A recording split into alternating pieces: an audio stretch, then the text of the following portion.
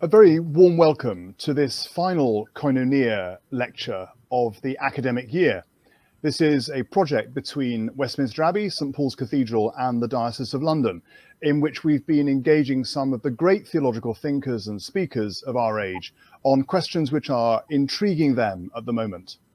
And we are absolutely delighted and honoured to be joined this afternoon here in London, this morning where Willie is, by Professor Willie James Jennings, who is a professor at Yale Divinity School and an ordained Baptist minister. Amongst his many books, his commentary on the book of Acts, which is entitled Acts, a Commentary, The Revolution of the Intimate, is very much loved by so many of us on both sides of the Atlantic. Professor Jennings has also recently published a book that examines the problems of theological education within the Western systems, which is entitled After Whiteness, an Education in Belonging. This afternoon, Willie is going to speak to us about communion. You can write your questions in the comments box as the lecture proceeds, and then I will pose them on your behalf once Professor Jennings has finished speaking to us. So without further ado, under the title of The Revolutionary Children of God, Cultivating a Faith that Creates Communion, Professor Willie Jennings, we're so grateful to have you with us. I am so glad to be here. Thank you so much for this invitation. Glad to have this time with you today. Dear friends, please allow me to bring you warm greetings from Dean Gregory Sterling, the faculty, the staff, and the students of Yale Divinity School, where I have the great joy of serving. It is good to be with you and to be considering the important matters that we will be talking about today. The revolutionary children of God, cultivating a faith that creates communion. Who are my people? This is an urgent question for Christians. It has always been urgent, but especially now. It is a question that we Christians have never been able to answer well. Indeed, it may be a question that cannot be answered by Christians in this moment. The reason this is such a difficult question for us is that it represents two projects of belonging existing side by side, one a challenge and the other a problem. It is always important to distinguish a challenge and a problem for Christians. A challenge is something that has been here from the beginning, from the first moment that we realized that we were following a God made specific, made discernible in the faith of a people called Israel, and in the flesh of one of their own, Jesus of Nazareth. A problem is, theologically speaking, something that is of the moment, formed in a history, not of our own choosing or making, formed to demand from us a response of faith that sometimes must resist that which has been presented as faith. So there is a challenge of belonging, and there is a problem of belonging. We see the challenge of belonging in that famous scene that moves from Acts 1 to Acts 2. In Acts 1, in the presence of the resurrected Jesus, who had risen with power in his hands, the disciples asked for power. They asked, Lord, is this the time when you restore the kingdom of Israel? They wanted power over their oppressors, power over people, power for self-determination. So they asked what I call the proto-nationalist question that aims them as a people toward independence, toward self-sufficiency and sovereignty. Jesus responds to them with the promise of power. In Acts 2, they get power, but the power that Jesus gives through the Spirit is something very different. Jesus' answer was not power over people, but power for people. That is, God's own desire for people. They speak in the languages of others. And as my former colleague, the late, great Lyman Sani would say, they speak in the mother tongues the language of the intimate spaces, the language that mothers speak to their children, and children learn the language inside that intimate womb. It suggests deep connection and knowledge. Acts 2 turns Jewish followers of Jesus in a different direction that is implied by the speaking of tongues, to learn a language. To learn a language speaks of a commitment to listen and learn of a people and a place. And if learning that language will bring fluency, then it will also speak of a desire to be with the people who speak that language. And even love those people as you love that language, and love the places and ways of life out of which language always emerges. The work of the Spirit in this regard aims us not at controlling people, but at joining people. Tongues speak of what I call outrageously a good assimilation, not absorption, not conquest, but joining.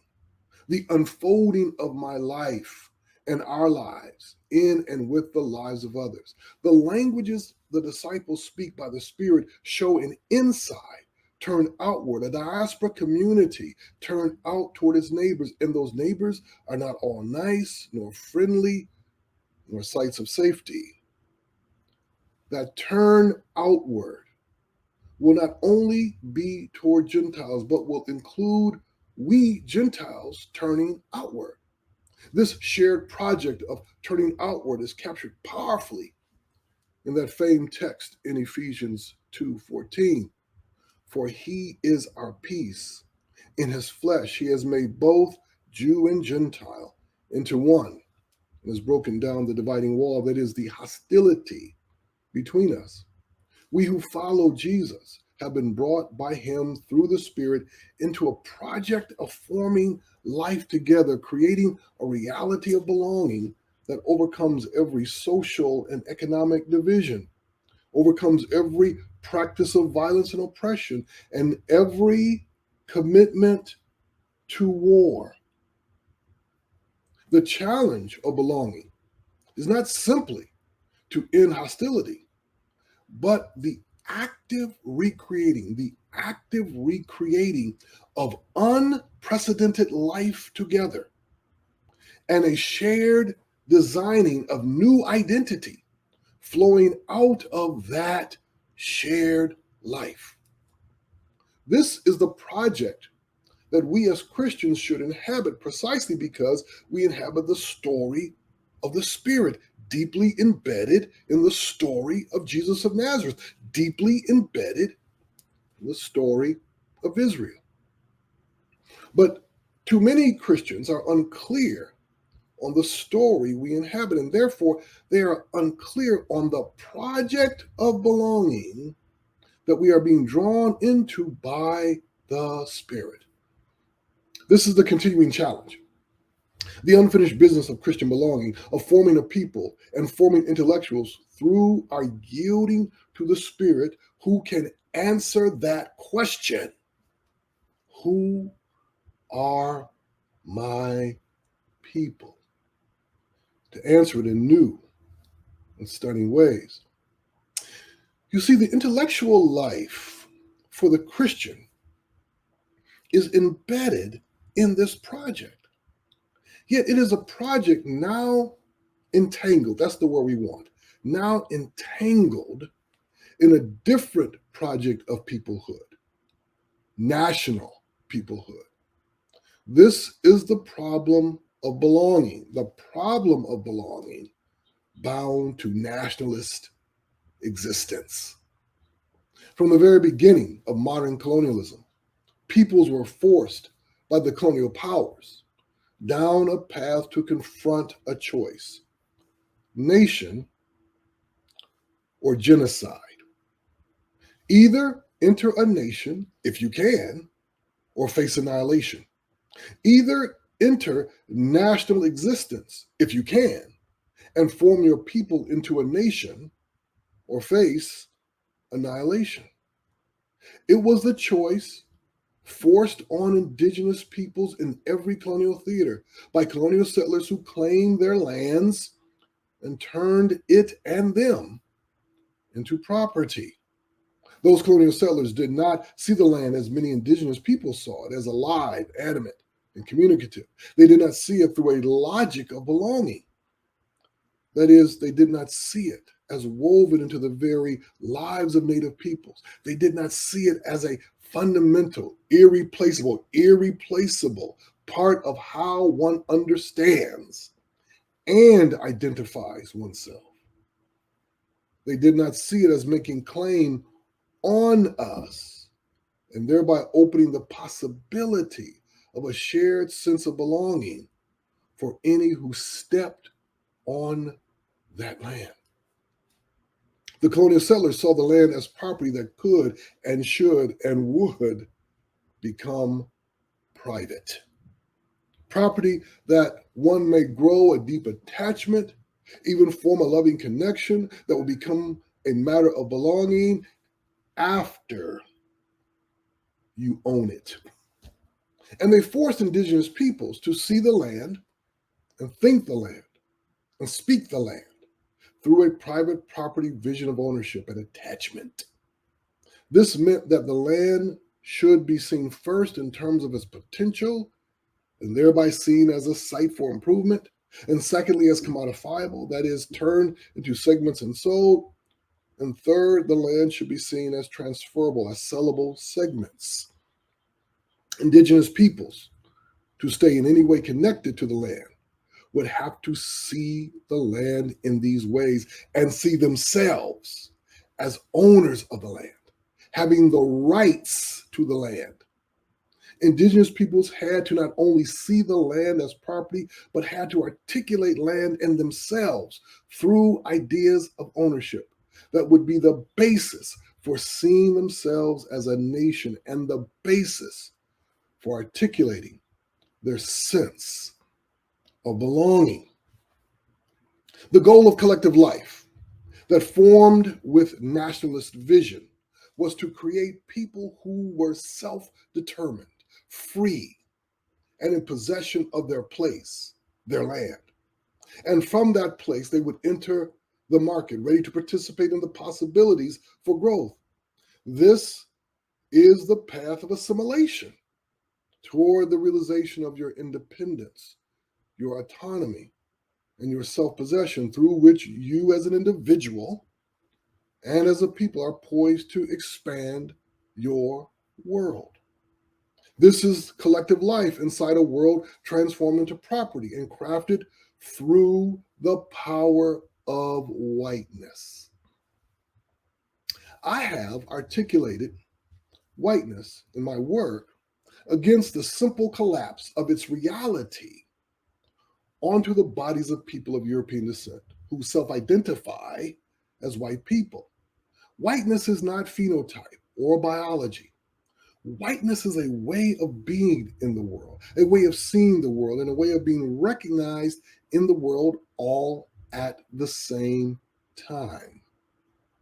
Whiteness is a way of measuring and evaluating people.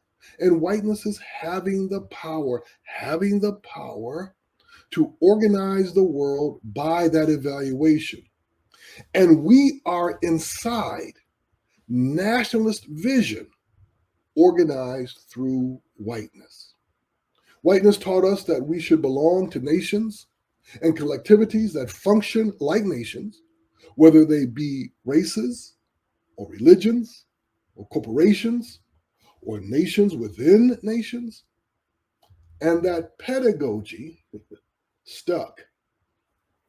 These are unwanted visions of gathered life that we have been taught to inhabit and therefore to want. We internalized that project of belonging. What does it mean, my friends, to be entangled in this project? It means many things, but at the heart, it means that we who are Christian have entered a struggle over a vision of gathered life.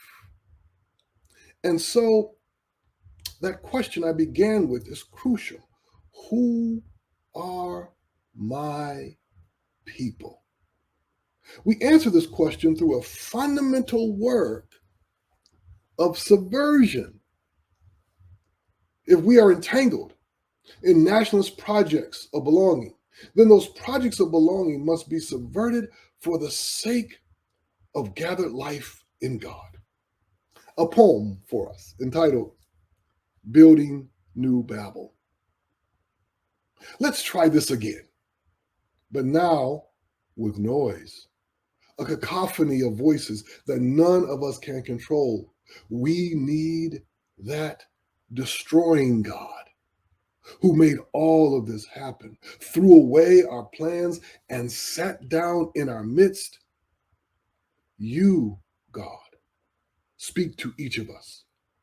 We can now only speak through you to one another and understand what and how to build with what stone, which wood, whose cloth, whose hand, which eye, whose feet, which arm, every mind, each hope climbing higher. Nothing will be wasted.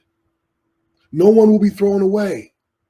Then we will say to one, as one, we have built together only what you wanted, what you desired to see, what we desired to see.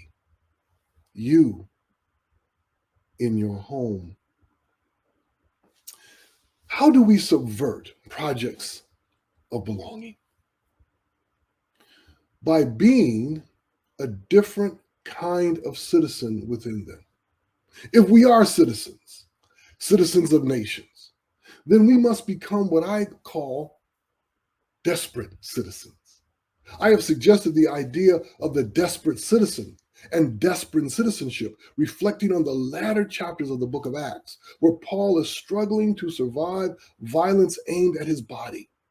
Paul, caught between the attempts of his enemies to kill him and the operations of the Roman state, the Roman Empire, pressed his Roman citizenship to its limits in order to live another day. The desperate citizen is one who does not take citizenship lightly, but presses it to its absolute limits. Citizenship pressed to its absolute limits, pressed to the breaking point. Yet desperate citizenship aims for even more than visibility and justice. It seeks to make visible a new kind of belonging. In a sense, to collapse citizenship in claiming life for those who, in the words of the great mystic and theologian Howard Thurman, have their backs against the wall. Desperate citizenship means lives unfolding inside one another. This is shared life that refuses borders and boundaries, and life within the line, that is, the property line and the border line. You see, nationalist existence places people inside borders and borders inside people, always an alien presence. Yet few of us will confess aloud the artificiality of borders because of the profound operation of the line. Lines create the compelling illusion that separation exists where it does not. The desperate citizen plays against that illusion by creating connection where it was not thought possible. Where it was not thought possible. Like Jewish and Gentile disciples speaking the mother tongues of others, anticipating divine desire, the beginning of a life together. So what I'm suggesting here is a work of belonging born of the Spirit that crumbles the modern project of belonging from within by turning us outward. That outward turn is rooted in the life of Jesus that embodies the desire of God to form us into the children of God. And here we must recall that fabulous text from the Gospel of John, chapter 1, verses 10 through 13. He was in the world, and the world came into being through him, yet the world did not know him. He came to what was his own, and his own people did not accept him. But to all who received him, who believed in his name, he gave power to become children of God, who were born not of blood or of the will of the flesh or the will of man, but of God. This text suggests to us that he gave to all who would turn to him a new beginning with a new kind of power. Indeed, it is the power of Pentecost, the power to become the children of God. The children of God. These are words that have echoed down through the centuries, spoken in fact by many religions, yet rarely heard in their power. And in our time, we have allowed them to become banal through the kind of Christianity that we inherited, one easily subsumed in nationalist visions of belonging. But these words mean everything.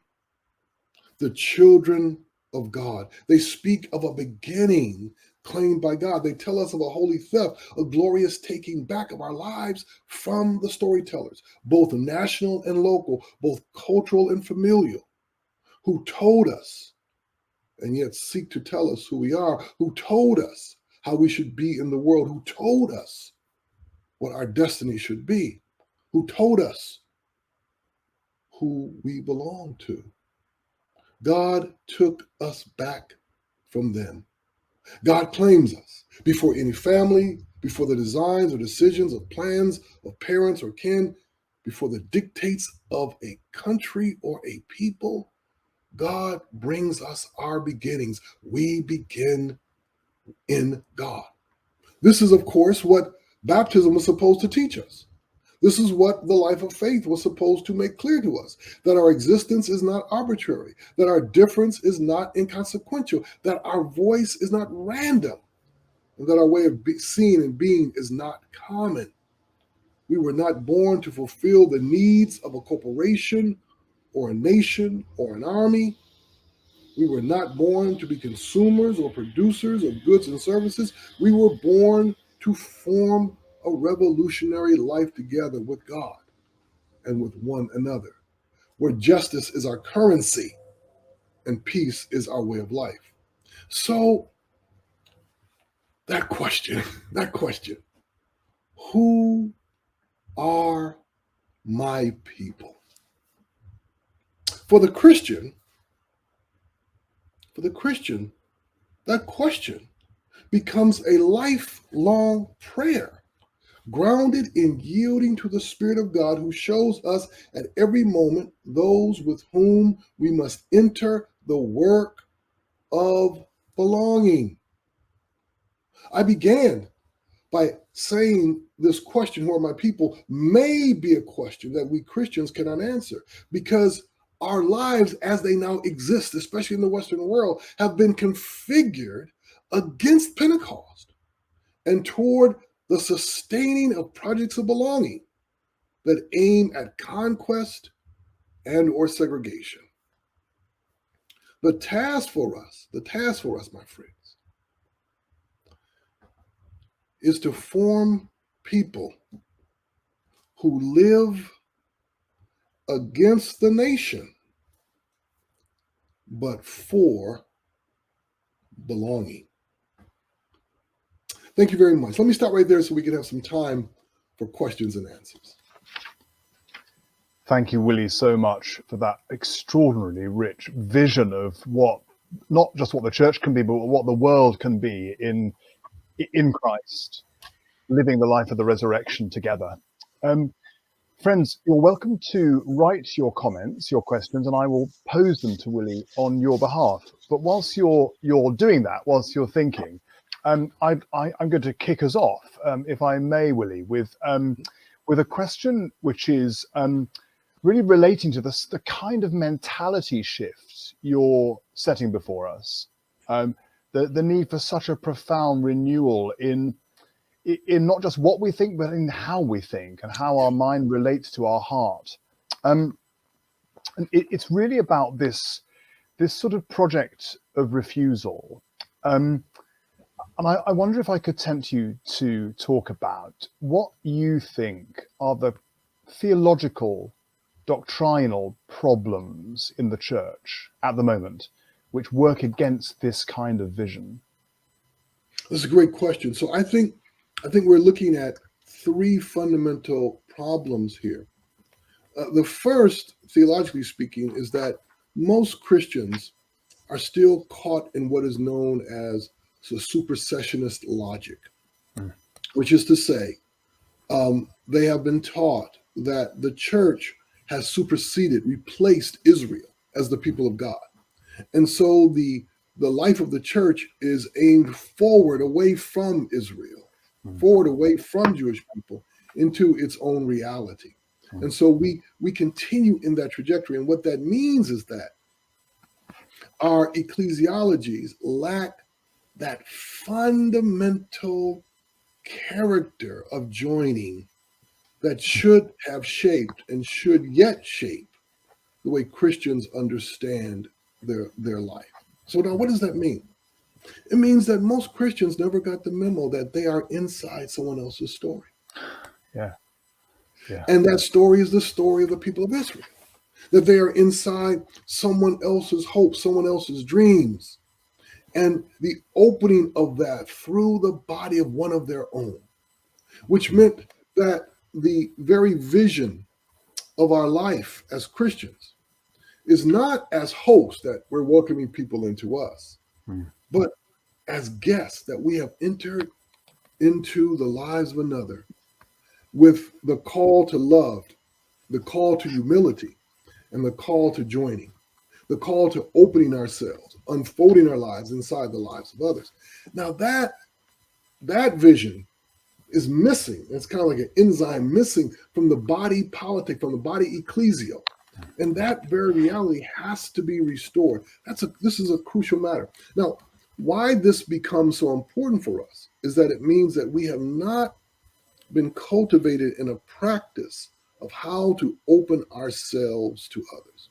And of course, this is magnified when we come to the modern colonial moment, where so many indigenous peoples were presented a Christianity that forced them to adapt, forced them to change, forced them to be malleable, forced them to, in a sense, strip away their cultural reality to enter something else, rather than a Christianity that presented itself as people who wish to join, wish to become malleable, wish to open themselves up, wish to transform themselves, wish to become, in a sense, fundamentally expand their identity. And so that then means for us that we are yet to grasp an ecclesial center for our very lives. And that ecclesial center is the work of joining and gathering. But there's another matter that's at heart doctrinally for us. And that has to do with the doctrine of the Spirit. And here we have not, I think, learned the important lesson from the book of Acts. In the book of Acts, when the Spirit comes, here is the fundamental sign, my dear brother, that we see in the book of Acts, to know that the Spirit is present. The Spirit is always pressing people to do what they don't want to do. So true. The Spirit is pressing people to do what they don't want to do. And the problem that they don't want to do is to go and be with people who they prefer not to be with. And I love that wonderful story of Ananias when God says to him, go to this man named Saul. And he says to the angel, I don't know if you've heard, but rumor has it, this man is a killer. You might want to check with God. Is that actually who he was? The comedy of that moment is just, yeah. But this is a part of what we're facing, that the resistance to what the Spirit is doing has become a fundamental reality for so many Christians, because what the Spirit is doing is creating communion. Mm. And to create communion means boundary crossing. Mm. It means border crossing, boundary crossing culturally, socially, border crossing in terms of empire and nation and tribe. That transgressive work is how we as Gentiles enter.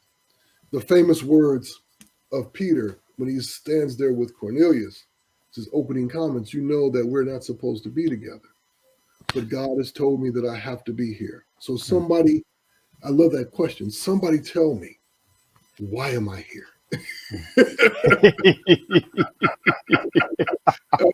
The disciple of Jesus asking, why am I here? What's this all about? Yeah, but I think we have to start with those two matters as crucial doctrinal matters that have to be rethought, our ecclesiology and the actual character of understanding the working of the Spirit at the site of the body. Thank you so much. I mean, sometimes our language just isn't rich enough, is it? Even the language of solidarity, is that a rich enough language to get us to the place we need to be, I wonder? Because solidarity still somehow implies that I'm here and you're there, and I'm going to stand in solidarity with you. Yes. I'm not even sure that language is rich enough. You know, I think you're right. We actually need stories that draw us into the full dynamic and the richer reality of what it means to have lives enfolded into one another. Yeah. Where we spring off from, where we lift off from to start to do this, is we lift off from the Lord's Supper. This is my body. This is my blood. Put it inside you. Yeah. We lift off from that, and then we have to then think, what does it mean to now have that level of intimacy to then think our lives together from? Yes. And that is ahead of us. That is the Spirit calling us to where we are not. And that's the challenge for us, isn't it? Because that's the gift still to be received. Yeah. Right. At the end of the day, we are in a sense chasing where the Spirit is pulling us. The Spirit tells us, come here. Yeah. And we are slowly, sometimes reluctantly, dragging our feet. Wriggling, kicking and screaming. So we've got a couple of other churches here, and a couple of other questions here. And friends, do please keep on sending your questions in. Andrew Mumby, a priest in South London, says, thanks so much, Professor. Amazing, challenging, inspiring. So many questions. The first question is this: how does the church listen to the Spirit about belonging? How does that work at the macro level versus the micro level?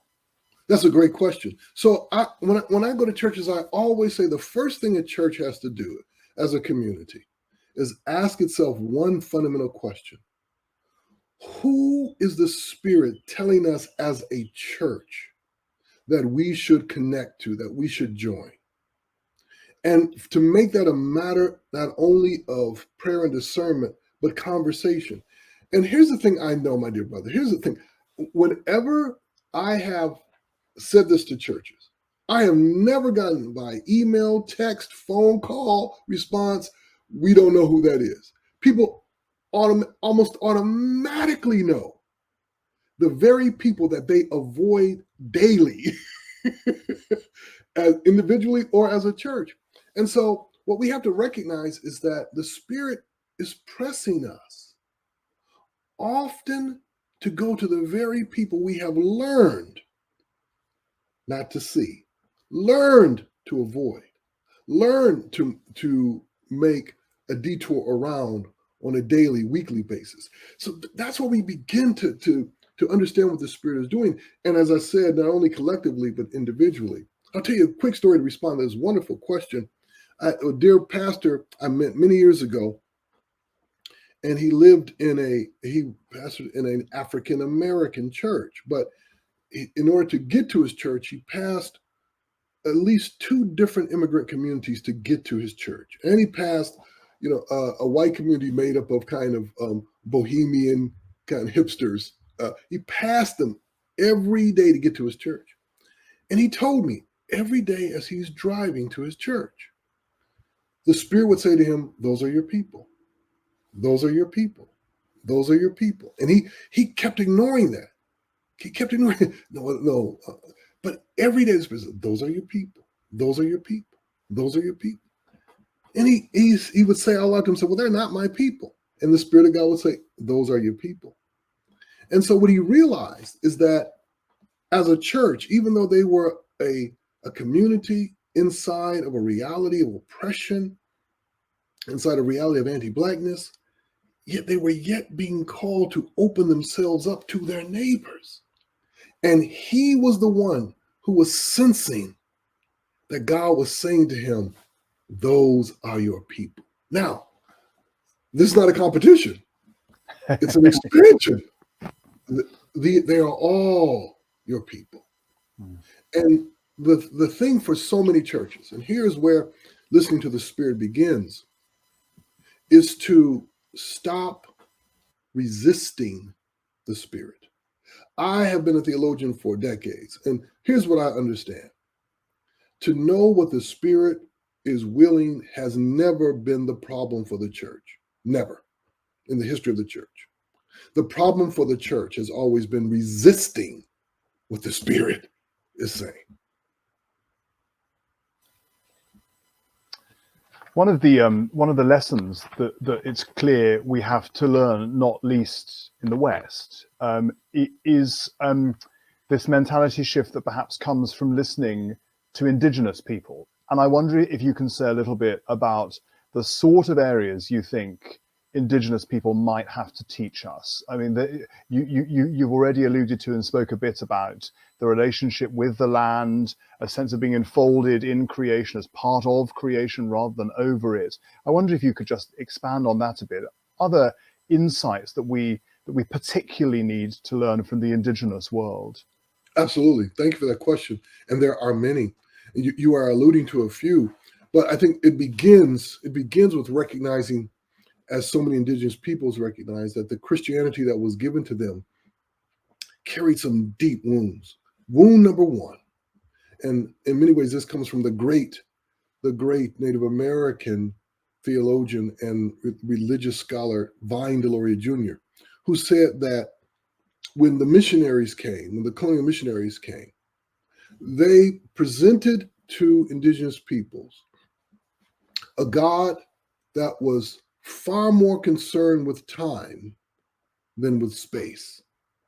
And they presented to indigenous peoples a Christianity that had a temporal vision of salvation, the time of salvation, but not a spatial vision of salvation, the space of salvation. What does salvation look like on the ground, in the ground, with the dirt? And that begins the fundamental problems that we are inside of. So many of us as Christians, we live what I say is a displaced reality as Christianity. That is to say, our discipleship, our life of faith, in terms of where we are, is inconsequential. We can be that Christian anywhere in the world because one place is exactly the same as another place for us. And so the reality of life in the dirt, the reality of life connected to land and place, and of understanding a reality of connectivity that then opens up a reality of belonging is missing for so many Christians. As many indigenous scholars have said, your sense of belonging, your sense of relationality, that is dependent upon your sense of connectivity. That is to say, if there is no deep, rich sense of connectivity to a place and to one another through a place, then the level of relationality that we operate in will be shallow and hollow.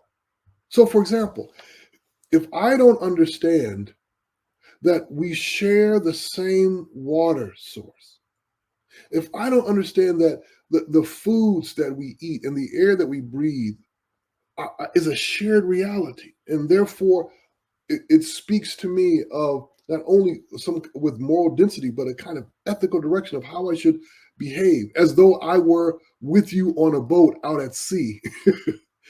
I at one end and you at the other end. If I don't understand that there's a level of connectivity, then my relationality with you is optional.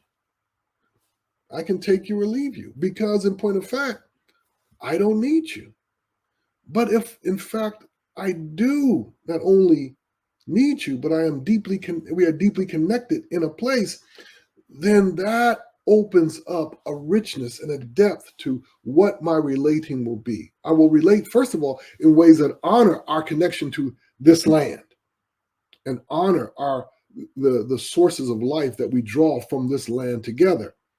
And I will then think of our relationship moving forward in ways that constantly nurture and show an awareness of that connectivity. But then there's a second important insight, or should I say a third important insight that flows from so many indigenous scholars today as they are trying to think through the colonial wound and the problems of the Christianity given to them. And that is, there is no sense of the history of a place, and therefore no sense of it being alive, animate, and communicative. And this is always very difficult for many of us to understand, those of us who've been raised in the Western world and been told to pay no attention to indigenous peoples. And that is, we look at the world, we look at the ground, we look at the earth as an object, as private property, as just dirt.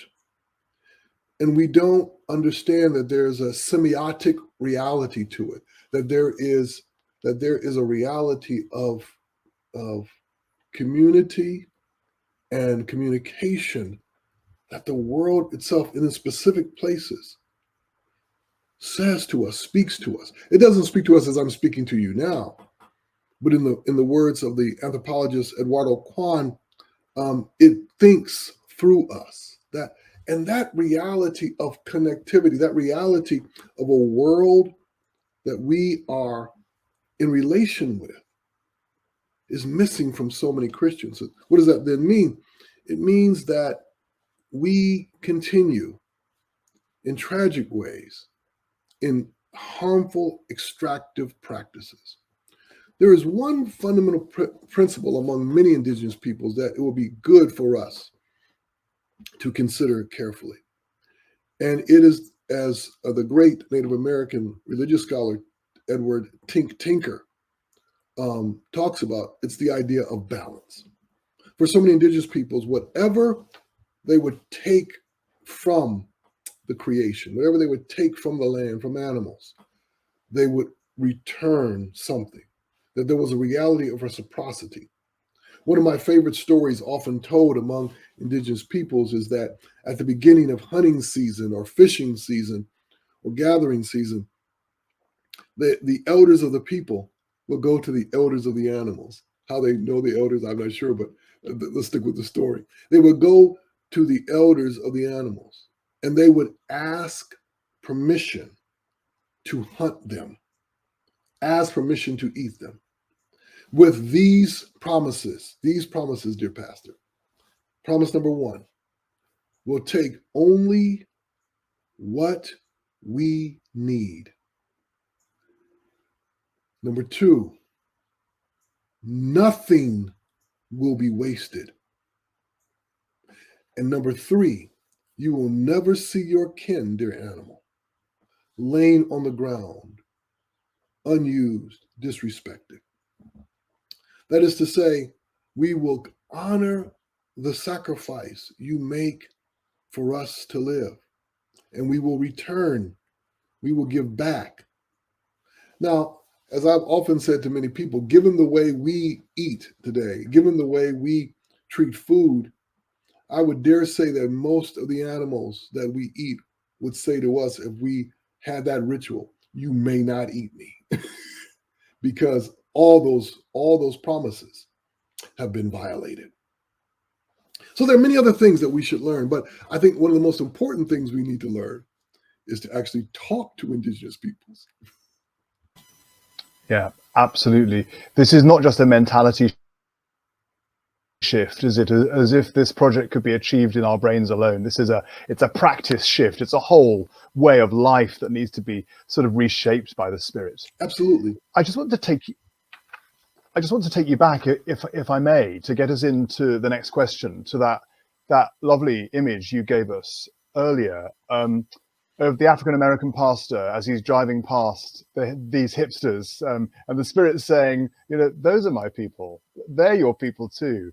In the Church of England, we have this strange inheritance of a parish system that is guaranteed by law, so that it used to be said, and still is sometimes now said, that every blade of grass in this country is within a geographical parish. So there's a sense of, if you're feeling particularly positive about life, the world, and everything, there's a sense in which everyone belongs to a parish. Of course, that history, that contemporary practice, comes with real negatives as well as real positives.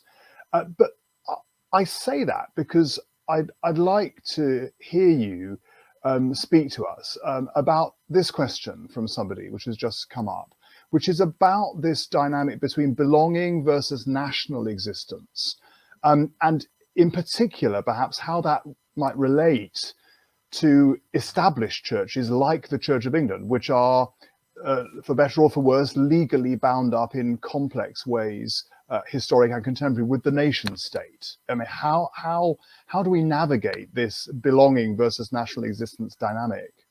That's a beautiful question, and it's so present everywhere where the nationalist project was intertwined, entangled with Christian belonging. Well, we work at it by remembering the fundamental truth that we are both lovers of the people we are a part of, and at the same moment traitors. Lovers and traitors. We're lovers because we love people. We're traitors because we love people. And so what that means is that in the daily practice of a church, in the daily practice of a community and its leadership, as it reaches out to people, comes to unfold its own life with them, and allow their lives to unfold with them and inside of one another. As identities continue to expand, then we press against the limits of border. We press against the dictates of nations, the trajectories of how we will interact, because we're interacting in this way. We create friends where enemies are being created. We create connection where people are saying, you may not travel, you may not go there, you may not engage them, but we're doing something else. Something else is growing right at the place where something is being prohibited. And so how we negotiate it is that we allow the Spirit to continue to unfold in and through us. Pentecost. Let's come back to that Pentecost story. So these Jews from other parts of the world see these Galileans speaking the intimate reality of their language. And the passage says they are in shock and awe. How is it not just that they know their language, but they know the way I speak when I'm with my mother, when we are in our safest place? It's because something is being opened up, something is being transgressed. So the way we work this is we remember that we are always subversives, but it's a subversion that cannot easily be captured. It resists the desire of the nation to enfold life into itself, because inside of the nation are these Christians who are doing a different enfolding that in a sense is crumbling that project from within, but at the same time establishing a reality of belonging that every nation, if it wants to exist in life and thriving life, ought to pay attention to. So we begin with the recognition that we are doing the work of building deep connection that then allows the possibility of belonging. And as I said recently in some lectures I gave, that what we're doing is we're establishing a reality of dwelling, of habitation, of life together, that at the end of the day, every nation would want, but every nation would fear. Why would it fear it? Because we have these people together who we're not sure at the end of the day about their ultimate allegiance. And that's exactly what a Christian is, isn't it? Absolutely. The what would it be to recast the nation state as underpinned by the principle of life together, not life without the other? I mean, that's so often in practice how it shakes down, isn't it? One of the things one of the things I find so fascinating about what you've just said is that what you described is a wisdom that we see in Scripture. It's a wisdom that we see in the Old Testament, in that emerging relationship between the children of Israel and the nations. In a sense, there is this dynamic going on even there, about perhaps especially there, about what faithfulness in groups might look like. But gosh, it's got so overlaid. Now, we've got two other questions which I really want to get through, so forgive me. The next question, John Carlson, the question is this. The Spirit works in the lives of everyone, those who do listen, those who resist it, and those who don't recognize its presence. So his question is, how do we help people to recognize what the Spirit wants them to do? Well, that's a great question. So what we do is as we say, so we ask people to look at me, and the importance of witness is crucial here. So that witness is not presenting to people someone who has done it all right, someone who has clearly become the exemplar of how to actually do it perfectly. But witness means we show someone who is in the beautiful struggle of trying to do it. And in that struggle is yielding to the Spirit. And by so doing, offers witness in the richest sense of the word to those who may not even recognize that the Spirit is, in a sense, tapping them on the shoulder. And here's what's so important about witness, as we know. For someone to experience it, to see it, to sense it, to watch it, is at that very moment to also have the Spirit going like this to them. Come, come. You see how she is struggling to connect with you. See how she's struggling to open herself. This is what I'm calling you to. And that's always the challenge. In many ways, we can't talk people into yielding to the Spirit. We have to give witness through our talking that we are trying to yield to the Spirit. And in that way, we in a sense encircle them in the Spirit's sound, even as we are trying to listen carefully. Thank you very much indeed. We've got one final question from Sean. I'll read it out. To what extent is there a problem with belonging as a binary concept? And does this overlook the fluidity of those who are discovering and exploring faith? That's an interesting question. I wouldn't say it's a binary concept. Belonging does mean that I am opening myself to others and inviting others to open themselves to me. It does mean that I'm entering to a shared project, not only of life together, but of identity. So the fluidity that the person who's asking this question is looking for is precisely found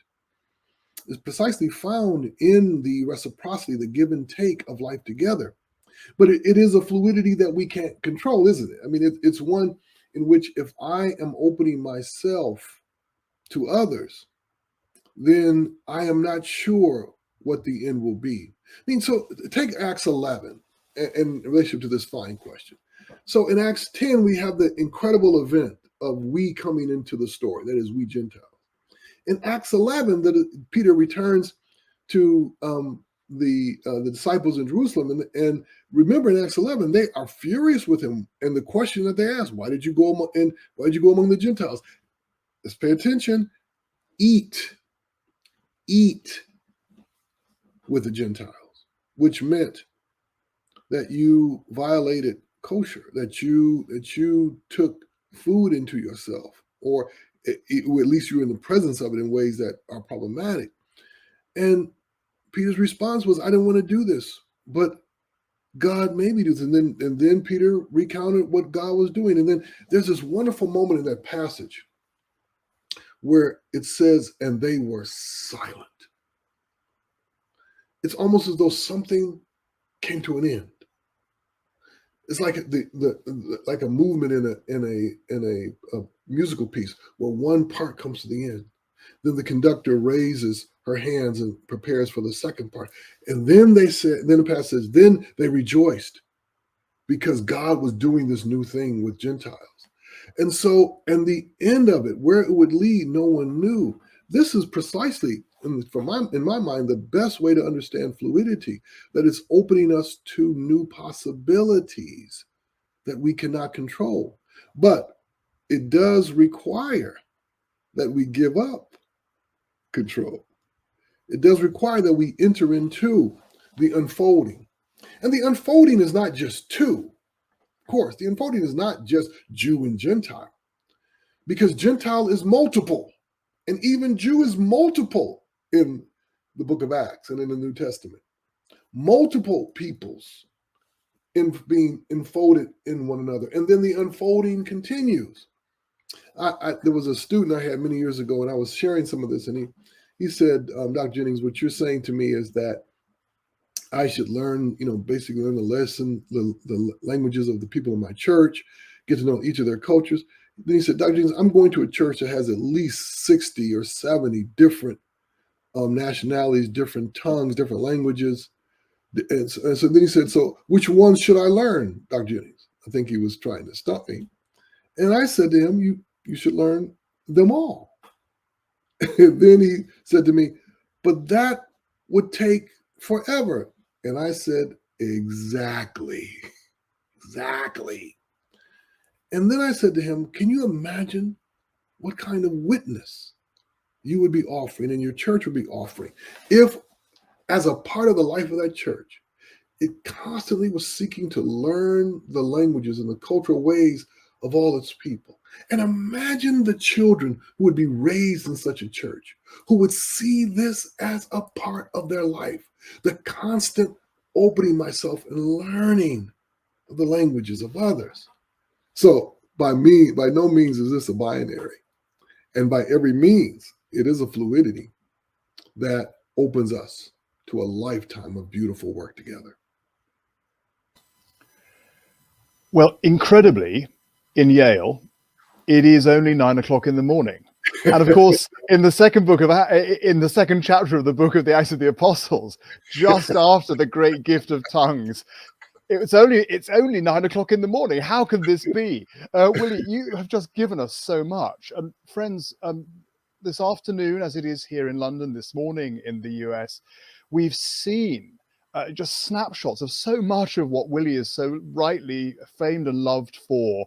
You've been, for us, mystical, imaginative, faithful, visionary, prophetic, inspiring, and we are hugely in your debt. Thank you so much for giving us this hour together and the knowledge that we are in communion with each other as we go out now back to our respective places of worship and work to be together in the risen body of Christ. Friends, these Koinonia lectures now break for the summer. A new program will be announced in the middle of the summer, and that will be principally an online program, but with the occasional in-person event as well. So thank you for joining us this year. We look forward very much to seeing you in person and online in the new academic year. But just to close, renewed and very sincere thanks to Professor Willie James Jennings. Thank you, Willie. Glad to be here with you.